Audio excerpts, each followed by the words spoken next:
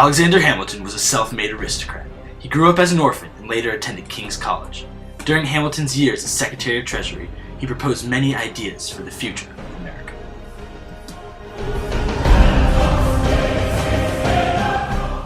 His ideas were portrayed in two of his reports, his report on public credit and his report on manufacturers.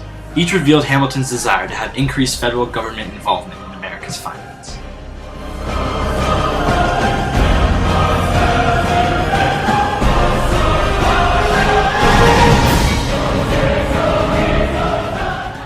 One of his major ideas was to create the Bank of the United States.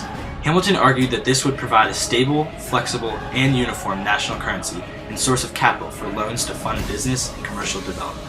He also advocated the great safety of keeping government bonds in the national bank.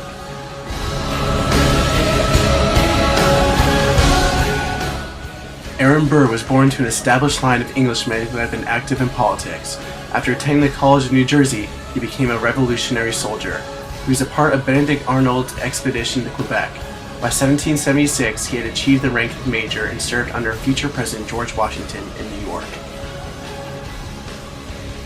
After fighting in the Revolutionary War, Burr finished studying law and decided to become a licensed attorney. He moved to New York City, where he would practice law for another 6 years. He would later be selected as Attorney General of New York in 1789.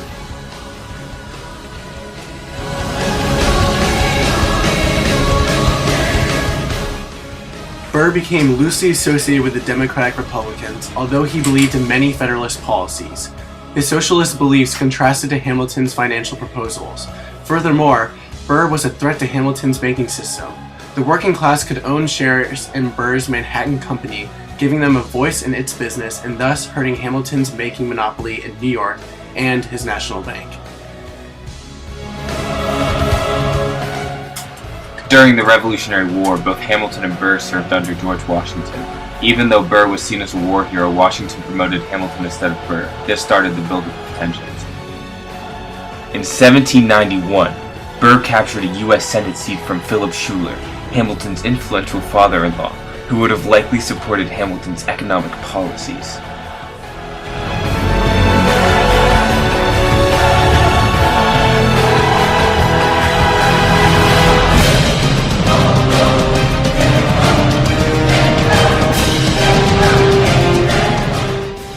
Six years later, Burr lost re-election to Schuyler. Burr was quick to blame Hamilton for turning voters against him and ruining his reputation. In 1796, Aaron Burr ran for the vice presidency for the Democratic Republicans, with Thomas Jefferson running for president. Hamilton launched a series of public attacks against Burr, speaking to the public while campaigning against him.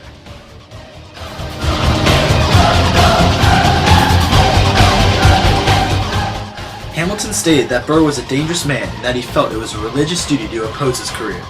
John Adams ended up winning the presidency, and Burr left the U.S. Senate in 1797, when he returned to the Assembly of New York.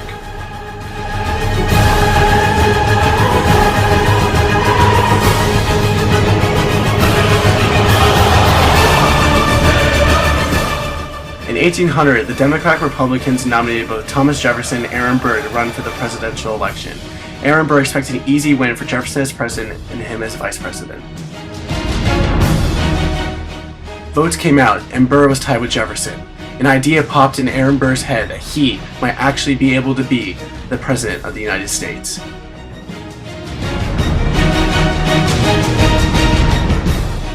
Thomas Jefferson convinced Federalists that he would not remove Federalists from federal offices and that he would support Hamilton's financial policies. Hamilton later lobbied Congress and supported Jefferson by saying Jefferson was the lesser of the two evils.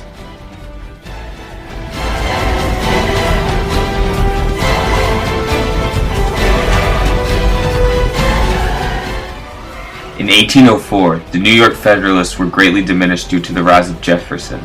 As a solution, they worked to enlist Burr into their party and elect him as governor. Hamilton attacked Burr's character, causing him to lose the Federalist nomination, and later, when he ran independently, the election for governor.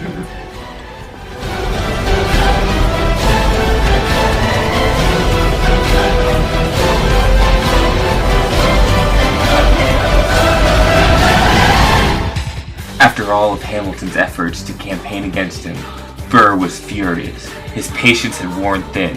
His reputation was the lowest yet, and he blamed Hamilton for all of this. Burr racked his brain for a way to attain honor and fame. He knew what he had to do next. He had to challenge Hamilton to a duel.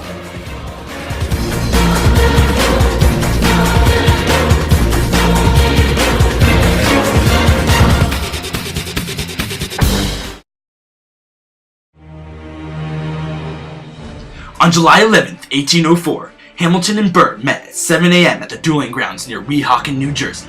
The choice of weapon, the .56 caliber dueling pistol. Each man brought a second, as this was traditional dueling etiquette. Hamilton's, Nathaniel Pendleton.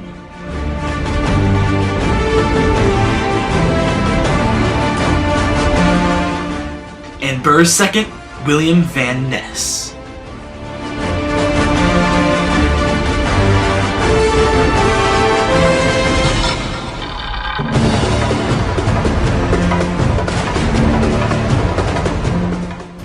The seconds explain the manner at which the duel would be carried out.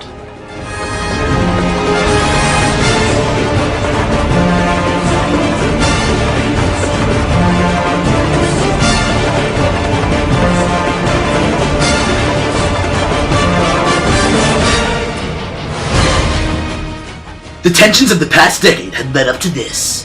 Only one man would walk away victorious.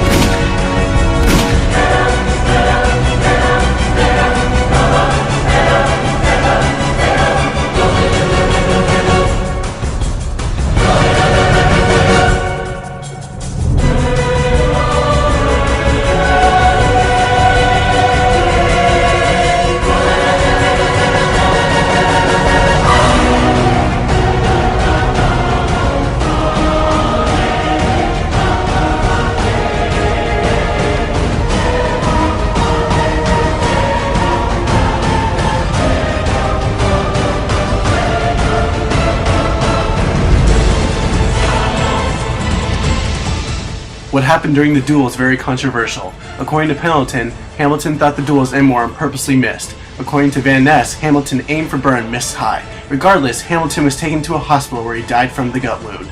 Even though the public argued that Burr had murdered Hamilton, he was let off and was able to finish his term as vice president. Burr was later arrested for treason because of the so-called Burr conspiracy, but again he was let off due to not fulfilling the rigid definition of treason of having two witnesses. Nevertheless, he fled to Europe, in which he spent the next several years of his life before returning to New York in 1812 to practice law.